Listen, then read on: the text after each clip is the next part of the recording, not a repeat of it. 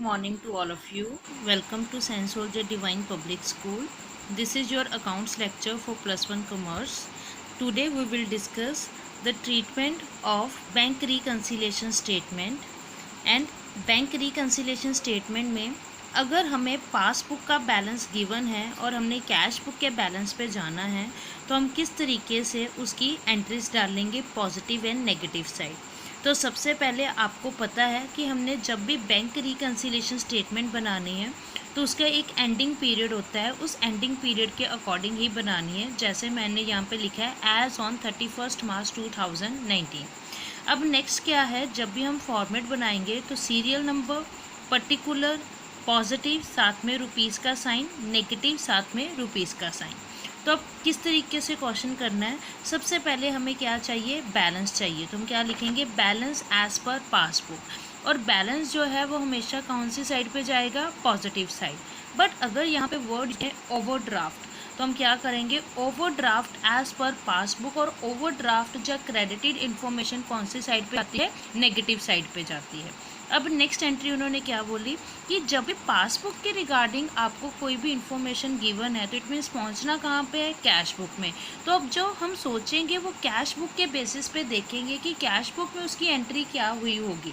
सबसे पहले क्या है, cheque issued but not yet presented for payment. Cheque को इशू कर दिया गया है बट अभी तक पासबुक में उसकी एंट्री नहीं हुई है, उसकी पेमेंट नहीं हुई है।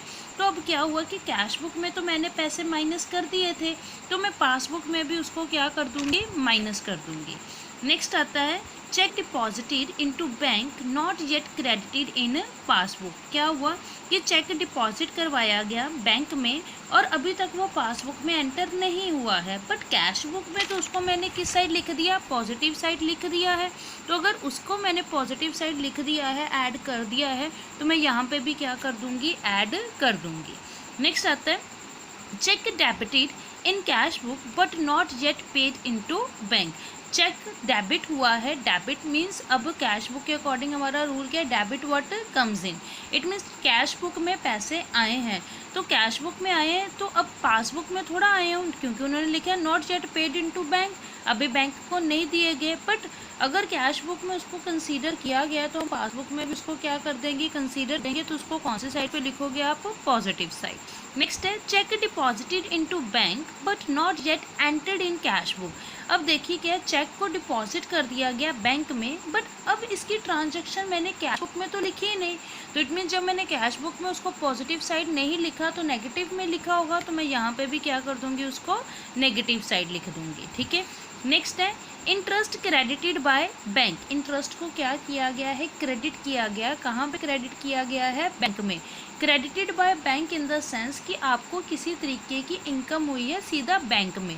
अब बैंक में इनकम हुई है तो ज़रूरी नहीं है कि आपको उसी टाइम पे पता चल गया होगा तो आपने कैश बुक में भी डाल दी। तो अभी तक आपने कैश बुक में वो इन्फॉर्मेशन डाली ही नहीं है, तो आप उसको कौन सी साइड लिख दोगे, नेगेटिव साइड।